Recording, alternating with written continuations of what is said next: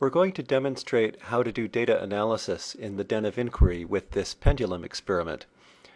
We have a setup that lets us adjust the length of the pendulum. Here we set it to 22.5 centimeters. And we set it going and get a stopwatch. And we're going to count 0, 1, 2, 3, 4, 5, 6, 7, 8, 9, 10. So that's 10 and a half seconds for 22.5 centimeters. We're going to use Fathom to make a data table and enter our data for our pendulum experiment. We begin by taking a table off the shelf. To make columns for our data table, we click where it says New and enter the name of the column. For example, length and time 10, which is the time it takes for 10 periods. Now we can enter the first data. First length was 16.8 centimeters. When I press Tab, notice Fathom understands the cm and gives us a new unit row for the centimeters. The time for that was 9.46 seconds. We can go on to the next, 22.5, 10.5 seconds, and we'll continue. And we can skip down to the end. At the end we have 32.4, 12.37 seconds. Now we've entered all of our data and it's ready to analyze. We've entered our data for our pendulum experiment. Now we want to graph it. To make a graph in Fathom, drag a graph from the shelf, just like you did for a table, makes an empty graph.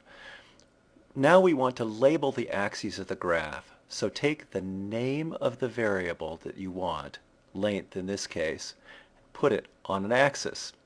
Take the other variable, put it on the other axis. Now you have a scatter plot. To rescale the axes, one thing you can do is just double-click the graph, which brings up an inspector where you can enter x and y bounds. But an easier thing to do is to grab the numbers near the ends of one of the axes and just drag them. This way now we can see where the origin of the axis is. Now we have a graph of our data, but there's a problem. We have 10 times the period, not the period itself. So we need to learn how to make a new calculated column. I make the new column just as before by clicking New, and I'll give it a name, Period. To give it a formula, right-click on the name, use Control-click if it's a Macintosh, and choose Edit Formula from the context menu that appears. This makes the formula editor appear. It says period equals, and we enter the formula. This time the formula is easy. It's time 10 divided by 10. I click OK, and Fathom performs the calculation.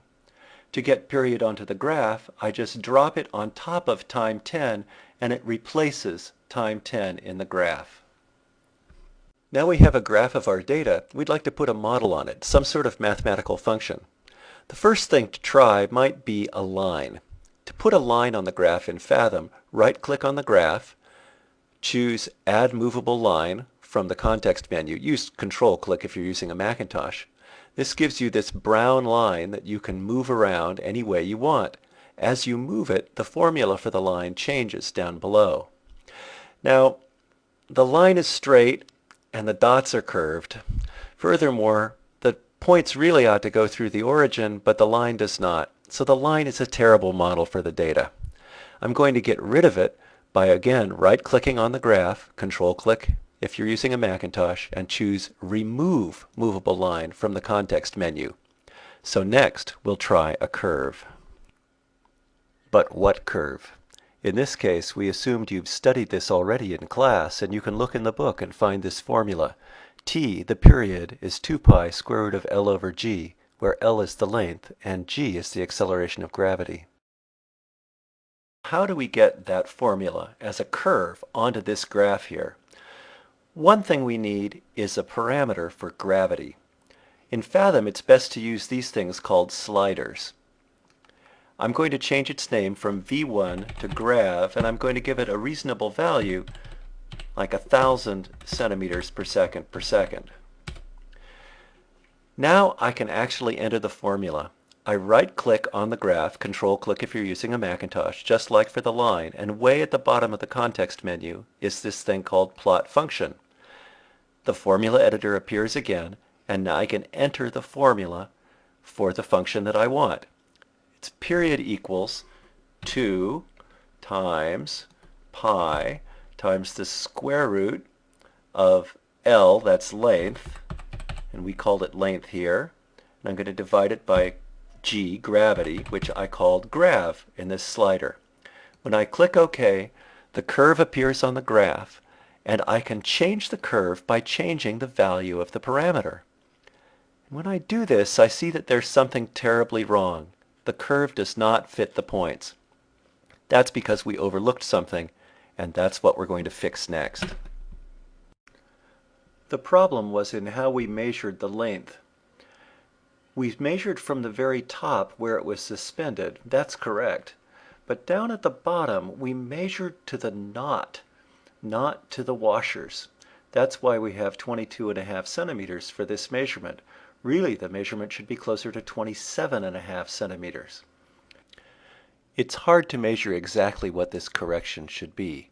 Let's find a good way to account for this in the data analysis. To solve a problem like this in Fathom, you often start with a slider. Our correction is about 5 centimeters, so we're going to create this slider called extra, which has that value, 5 centimeters, to start with. But where do we put it? We could put it in this formula here. Double-click the formula, makes the formula editor appear, and we could put it in the numerator. But let's not. Instead, we're going to create a whole new column. It's going to be the total length. We'll call it L, and give it a formula. This formula is easy. It's length plus our correction, extra. Now when I put L on the horizontal axis, I see that the curve doesn't fit yet, but I can adjust the grav slider, and look, now it fits the curve very well. Our current value is 957 centimeters per second, but we can make that even better. How can we make a better fit? Turns out we can use a special tool in Fathom called a residual plot. I'm going to make the graph taller, and from the graph context menu, I'm going to choose Make Residual Plot. This creates this plot at the bottom, which shows where the points are relative to the curve. These points are a little bit high, whereas the rest of the points are a little bit low. How do we fix it? We can change our parameters. If I drag on this extra slider, I see that I can sort of change the tilt of the graph so that here it's flatter and here it's more tilted. If I leave it flat, then I can adjust the grav slider and go back and forth a little bit in order to make it a better fit altogether. I'm trying to make the residuals go up and down more or less randomly. And now look what happens. The extra is now 5.5 centimeters. Grav is 994.1. This is a better fit to the data, and it accounts for the fact that we aren't really sure exactly how much extra we needed to add.